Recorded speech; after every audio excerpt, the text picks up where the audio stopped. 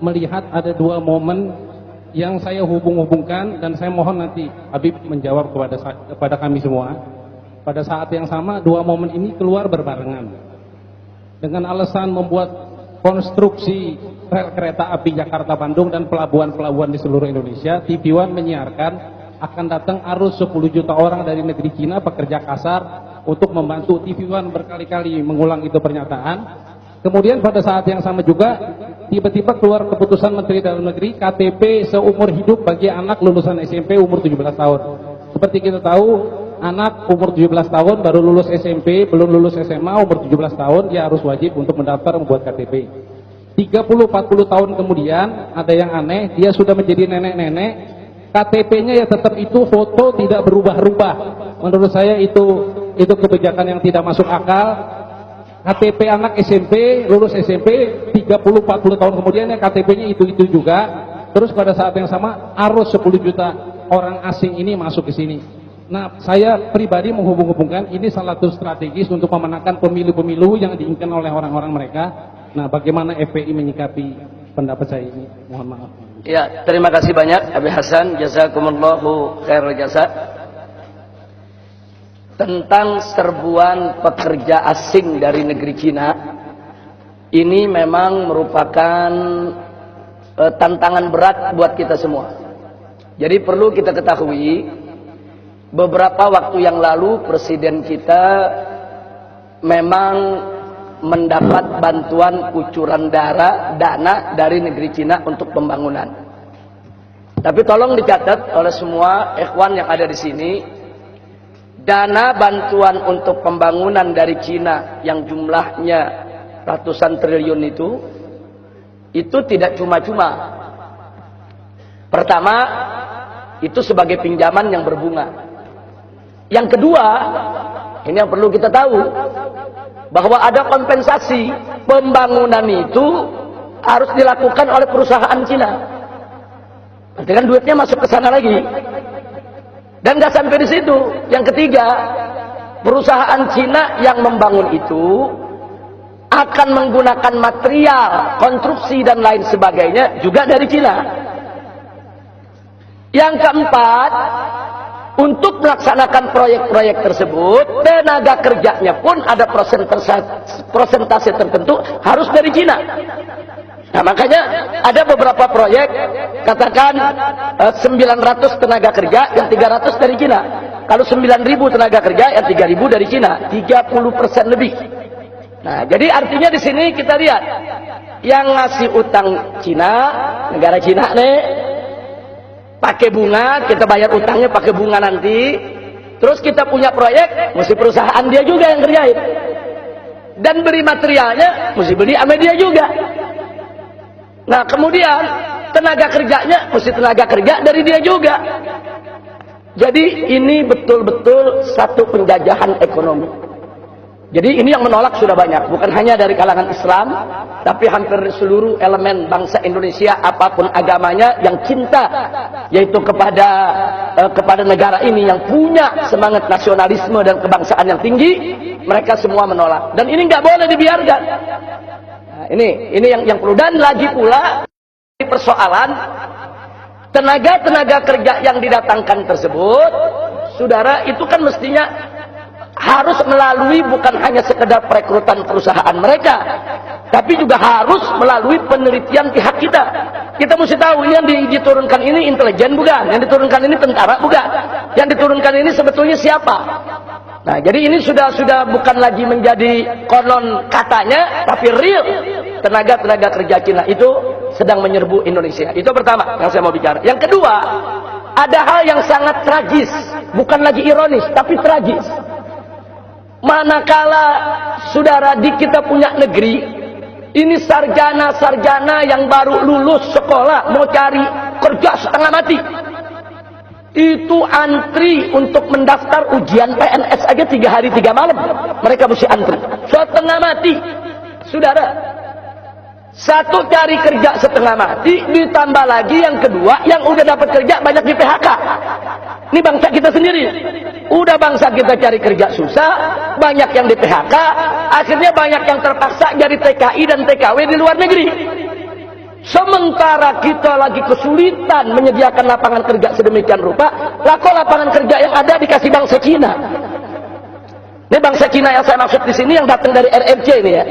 Bukan Cina yang warga negara Indonesia, bukan. Kalau Cina warga negara Indonesia, mereka punya hak sipil yang sama dengan kita. Tapi ini saya bicara tenaga kerja dari negeri Cina. Loh, orang kita lagi banyak yang di PHK, kita lagi sulit mencari kerja.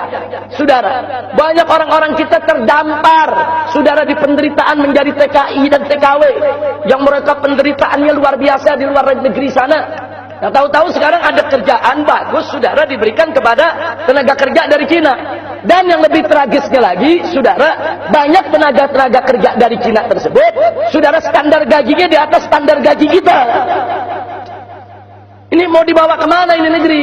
Saya khawatir kalau ini terus-menerus dibiarkan, besok akan terjadi revolusi sosial yang luar biasa di negeri ini.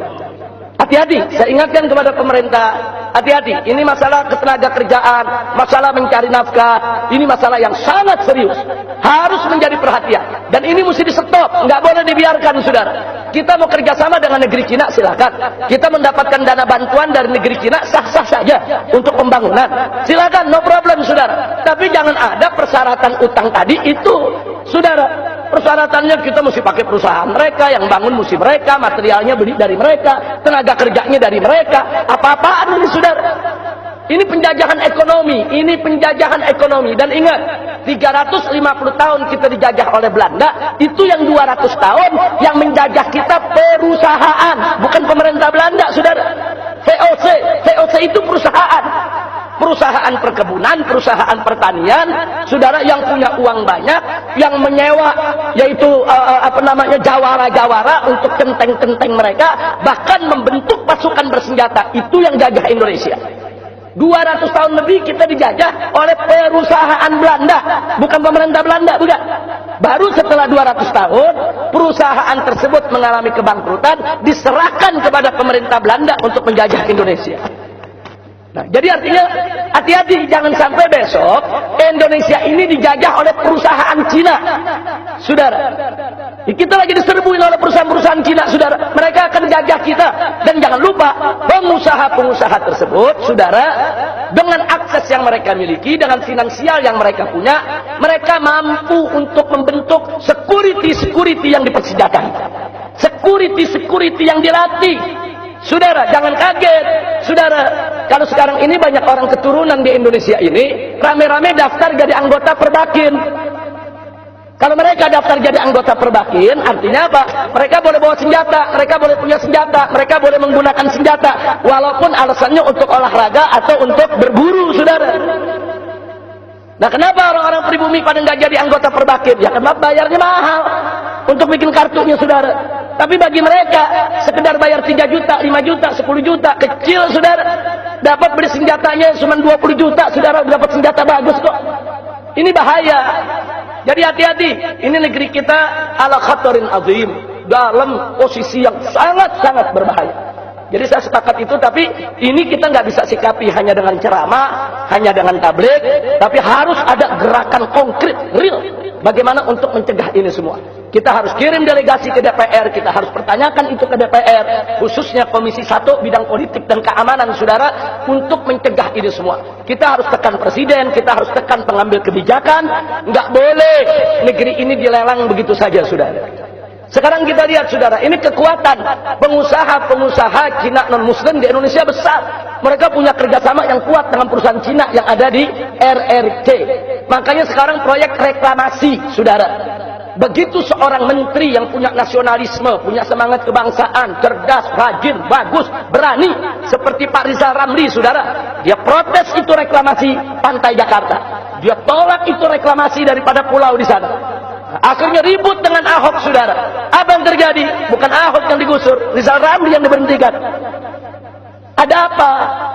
Sebab ini proyek reklamasi pantai, saudara. Ini reklamasinya sudah berjalan, duit triliunan dari investor Cina sudah masuk. Saudara, mereka sudah buat gambar apartemen-apartemen di 17 pulau, dan mereka sudah buat iklan, yaitu animasi, dan itu iklan disiarkan di televisi di Beijing. sehingga pengusaha-pengusaha Cina beli itu apartemen. Apartemennya belum dibangun, nguruknya belum selesai. Saudara, unit itu udah habis laku.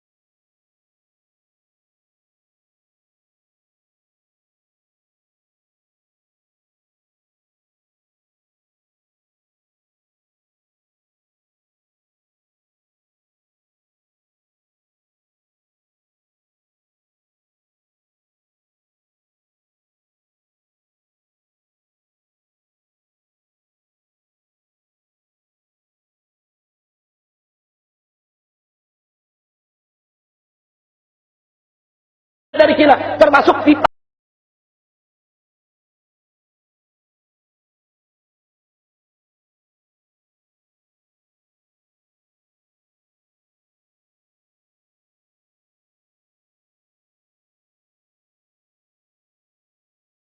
Bukan ke Indonesia, sudah. Karena negeri kita ini dihadap ini. Udah mereka ngambil apa namanya, mereka berikan kita pinjaman, kita harus bayar dengan bunga. Ditambah kita mesti pakai perusahaan mereka, kita mesti pakai material mereka, kita mesti pakai tenaga kerja mereka. Mereka manfaatkan menguasai laut untuk masukkan narkoba. Nah, jadi ini nggak boleh dibiarkan. Ini semua punya kaitan. Jadi saya sepakat dengan Habib Hasan, ini harus disoroti, dan FPI sangat serius menyoroti persoalan ini. Nah, adapun soal KTP dan lain sebagainya, saya tidak ingin memberikan ulasan yang panjang, tapi keresahan Habib Hasan sebetulnya keresahan kita semua. Nah, artinya KTP itu memang seyogianya tidak seumur hidup, tapi ada fase-fase tertentu, 5 atau 10 tahun, kan ada perubahan status seseorang. Perubahan dia udah kawin atau belum, perubahan apakah dia pekerja atau anak sekolah. Nah, ini kalau nggak dimuat di KTP seumur hidup, sampai nenek-nenek masih pelajar gitu. KTP kita bikin umur 17 tahun, statusnya apa? Pelajar SD, kan begitu. Pelajar SM atau SMA, saudara. Nah, begitu umur kita 50 tahun, nggak diganti-ganti, masih pelajar, belum kawin terus tuh. Bagi yang laki jadi modal kawin lagi tuh. Nah, jadi saya pikir betul yang dikatakan Habib Hasan tadi, memang tidak realistis. Mesti ada fase tertentu untuk diperbarui. Tapi saya sepakat, kalau biayanya dibebaskan. Nah, boleh dibuat ulang 10 tahun sekali, tapi tanpa biaya. Nah, ini yang perlu saya sampaikan. Terima kasih Habib Hasan. Jazakumullahu khairan jazak atas apa yang disampaikan.